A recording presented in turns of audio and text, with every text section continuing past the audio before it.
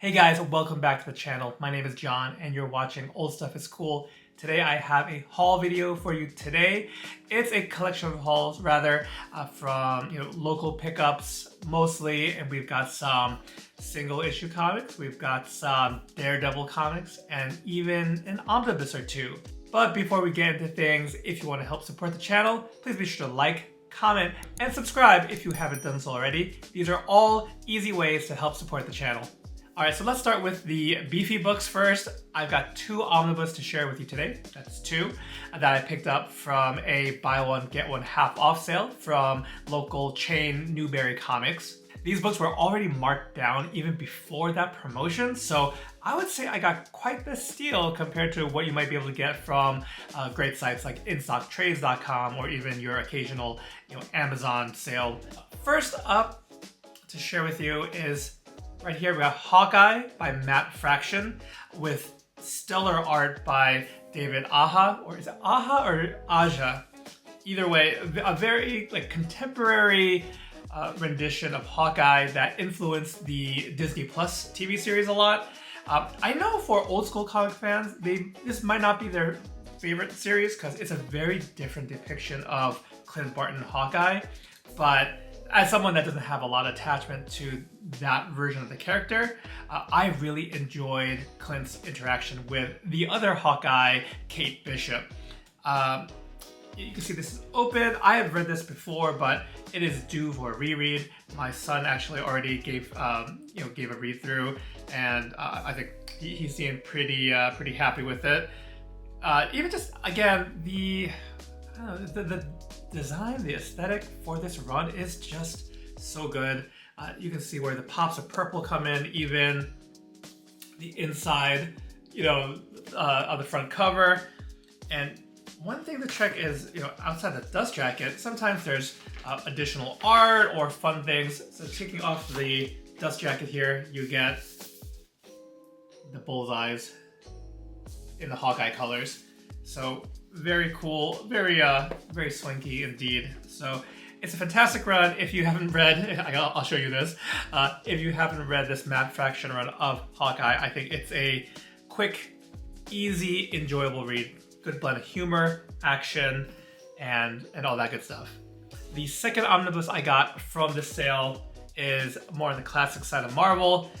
One of my favorite characters at this point.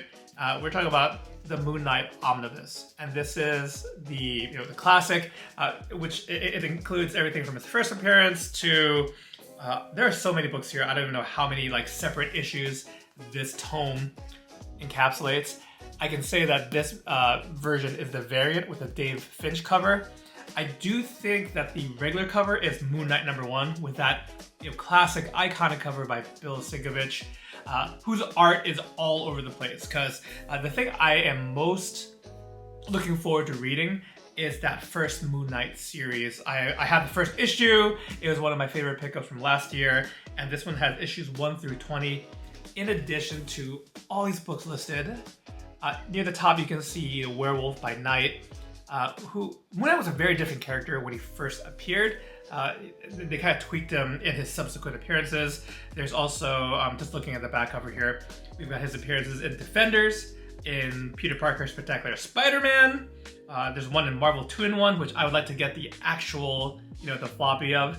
And I am not familiar with Hulk magazine at all, but apparently he makes a whole bunch of appearances in that Hulk magazine before the launch of his first series. And the writer of the main series is Doug Monk, I believe is how you say it. It could be Monk, it could be Mensch. I'm very sorry for not checking the pronunciation. That's usually something I like to nail before going down, but alright, I did a quick search because it was bugging me. It is Doug Mensch, so a pretty good guess on my part there, right? Okay, anyway, Moon Knight omnibus, this is great. You guys might have seen from my Christmas haul that I got the Jed MacKay omnibus, and I think there's 2 more volumes in omnibus form that include Mark Spector Moon Knight, which was primarily taking place in the 90s. I've read a few issues from that run, and I'm not sure if I'll be chasing it down anytime soon, but if it's on like, you know, like a super low price, don't be surprised if you see it on a future haul video. Yeah, I'll leave it at that. So always great to have some new omnibus on the shelf with my growing collection there. Next up is just a singular comic from a Whatnot purchase. I was trying to pick up another book or two, but kind of got outbid by some of them. I was trying to make the shipping worth it as much as possible, but in the end, I got a comic to further, you know, whittle down the Chris Claremont run on X-Men. So this one we have Uncanny X-Men number 155. I believe this is the first appearance of the Brood Queen, and just a Dave Cockrum cover here we got. And Colossus is down for the count. It also came in a very spiffy Mylar here, or Mylite. Oh, and the seller I got this from was Figmeister, or Figmeister Comics over on Whatnot. I've followed him for a while, but this was my first purchase from him, and it came super safely packed, timely, and all that good stuff. So he's another Whatnot seller I'll be keeping an eye out for to help fill out, you know, any runs or key issues and whatnot. And last but not least, I have a pickup from local comic book store Magic Dragon Comics over in Arlington, Massachusetts. In this case, I came across some great books in their 4 for $10 box. That comes out to $2.50 a piece for the comic. And wouldn't you know it, amongst the regular offerings, they had some Daredevil and Punisher featured front and center because, you know, Daredevil Reborn at the time of this recording is currently, you know, has premiered and is releasing new episodes on Disney Plus. I have not watched it yet because I wanted to finish the Netflix Daredevil series. I'd only watched season 1 in the past, and I'm almost done with season 2 now. Although I will say I usually, you know, have some great conversations with the store owner Glenn from Magic Dragon, and he said basically if I am up to date with the Disney Plus shows and I have familiarity with the character from the comic books, I can just jump right into Born Again. So with that, I think I'll probably finish up season 2. I've got like another 2 or 3 episodes left. And then I'll probably dip my toes right into Born Again because I'm really curious to see how that series is. So all that being said, I got some Daredevil. First up, they have the entire set of The Man Without Fear. And this, guys, it's a 5-issue series. And we will go through all the covers, but Frank Miller does the writing here and the art's by John Romita Jr. You can see it's kind of a cardstock cover. I'm trying to reduce the glare here. And you can see some foil goodness with the silhouette of Daredevil in costume and a young Matt Murdock grieving over his recently fallen father. I remember this mini-series being on the stands of the comic book store, my very first regular comic store back in the 90s when I'd go in, and Daredevil didn't appeal to me back then. I think Spider-Man and other lighter fare was more my speed. Daredevil I wouldn't really get into until I credit Kevin Smith's run during Marvel Knights, as well as I think I picked up a Frank Miller Visionary, you know, trade paperback. There are 3 volumes of that. Volume 2 is like where there's a lot of the classic stories with Elektra, Bullseye, Kingpin. Those 2, I would credit those 2 trade paperbacks as really making me a big Daredevil fan. And funny enough, over the years, here's cover number 2. But over the years, as I kind of, you know, cut down my comic book collection, I think a lot of my Daredevil, the random issues I got some, I had previously mentioned the Last Right storyline. This is after Ann Nesenti's run on the book. It's like just as it was hitting issue 300, I got a few of those books, that storyline, through Toys R Us multi-packs. I had a few of those, and I didn't hold on to them because they're kind of just random Daredevil issues. And I even collected the Brian Michael Bendis run, the greater majority of it, and wound up. I think I basically unloaded them because I picked up the oversized hardcover editions of them, which I absolutely love and cherish. But it's weird because I think Daredevil, outside of a few of the older Frank Miller ones, value-wise, don't really, I don't know, it doesn't really hold its value. Even I was looking up the prices for some of the Born Again single issues, and I mean, we're talking about like $15 at most for maybe like part 1 where Kingpin finds out that Matt Murdock is Daredevil. Like that one, it doesn't command a super high price tag.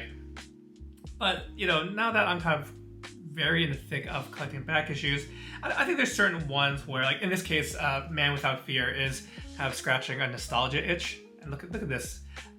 They're mostly dark covers. This one is a white background, and on this cover you can see Elektra beating up some thugs. I'm not sure if that'll focus or not. Apologies. That's issue 3. I showed issue 2 before. Oh, and I show you the back. On the back, it usually shows like one panel as well. Very nice presentation. This is issue 2 on the back. Issue 1 on the back. And this is very much, this is the John Romita Jr. This was his style when I got to, came across his work in Uncanny X-Men. I think maybe some Spider-Man too. Very blocky. Speaking of here, this is a good example. Here's cover for number 4. I mean, just look at Kingpin. He's like a mountain of a man there. Back. Very shiny. It's very shiny too. And lastly, we have issue 5. There's Daredevil's old costume. I'm just thinking now, like it's funny with Daredevil. It's very much like my relationship with Batman comics. I have a lot of trade paperbacks for those two characters, and really enjoy kind of those longer pieces as opposed to single issue stories. So even I'm thinking like Tim Sale and Jeff Loeb did Daredevil Yellow. I love that book. A lot of those Spider-Man Blue, Hulk Gray. Those are such great comics. I mentioned Brian Michael Bendis' run, Ed Brubaker's run, and on my, I started, but I need to get further along, is Chip Zdarsky's run. So a lot of these things I consume mostly in collected format or digital. And I think here and there, when we see something interesting, like this trip to Magic Dragon, I'll pick them up. Speaking of which, there's a few more books left. So 1 through 5 of Man Without Fear. Apologies, I'm a little scattered today. We also have the half issue of Daredevil, and this would have taken place during the Marvel Knights run, which I mentioned from Joe Quesada's art and Kevin Smith. I'm checking. This one actually is written by Kevin Smith as well, and the art, the cover art. How about the interior art? Its interior art is actually, it's kind of more of an anthology. I haven't read through this yet, but it's not a traditional comic. We can look at it together. What was surprising, in the short box this was in, it came with the original, the Wizard half issues, all came with a certificate of authenticity, so it was cool to see that. And you can see here, so it's kind of like one image and some prose. As you go through, I'm guessing it's kind of just covering the origin of Daredevil. A lot of these half issues weren't collected unless I think unless it really tied in with a storyline, because otherwise I think it's confusing where to slot them. I think this is some beautiful art by David Mack, who I have a poster of. I need to hang that up, of Daredevil and Echo. And I got to meet him years ago at a local, at Boston Comic Con before it got rebranded. Here's some additional art, but you can see, yeah, it's not traditional like with panels and comics. It's just some prose, kind of Daredevil throughout the years. I will be reading this. So don't get me wrong. I've never come across this before, and this kind of was a nice find. But just wanted to show you a few of the interior pages of that. I think I like picking up half issues. Another half issue I picked up recently was Wolverine half, and that by no means was the regular creative team at the time. It would have been late 90s, I think, when that came out. You guys probably know Wizard magazine and Wizard in general is not around today. So nice little time capsule. And the last, I have 2 more comics. This is the 7th Daredevil book. It's that Marvel Knights run. It's Kevin Smith, Joe Quesada. Again, I don't know with fandom where it's at, or modern fandom is with Kevin Smith, but his run on Daredevil, his run on Green Arrow, I think it's called Quiver. I really enjoyed it, and I do enjoy those movies, Chasing Amy, Mallrats, and whatnot. I don't know how well they age. I think it's kind of like the half issues. It's a good snapshot of the time, but it was an interesting era. I think these are late 90s, early aughts, where writers from outside the industry that had, whether from the movie industry or maybe just actual like novel writers, were coming in to work on characters from Marvel and DC, really raising the quality, because just prior to that, with the age of Image Comics, it was all about the artist. And really with comics, it's both. I mean, you ideally want a really good writer and a really good artist. The superstar writer, rather, I think that was the beginning. This was beginning of that. Anyway, that's it for Daredevil. A little bit about my history with that character. Last one here is I've wanted a Transformers #1 from Image Comics, and guys, there have been, I think the 11th printing has recently come out, and even with each printing, there are multiple covers with each printing. I'll look it up afterwards and let you know how many covers, at least as of recording, there are of this book. And I found a first printing of this alternate cover here. The artist, sorry, there was a brief edit so I could look up who it was. This is apparently a incentive cover by Orlando Arocena, or Arocena.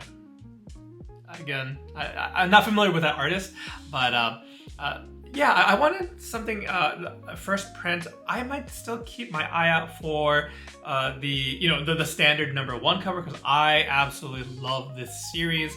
I'm gonna get the hardcover collected edition that comes out in April, but I kind of want to just pick up and support this book in multiple ways. So yeah, this, and it was part of the 4 for 10, and I needed one more book.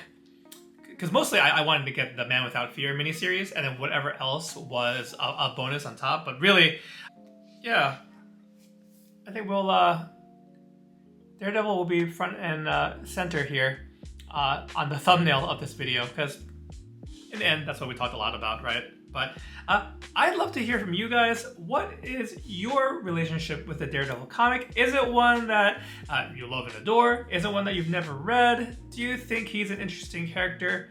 Whatever your thoughts are, let me know in the comments below. But that's gonna do it for this haul video. It's been great kind of catching up with some of these recent pickups and sharing them with you. So thank you guys again for tuning in, and I hope to catch you in the next one. Take care.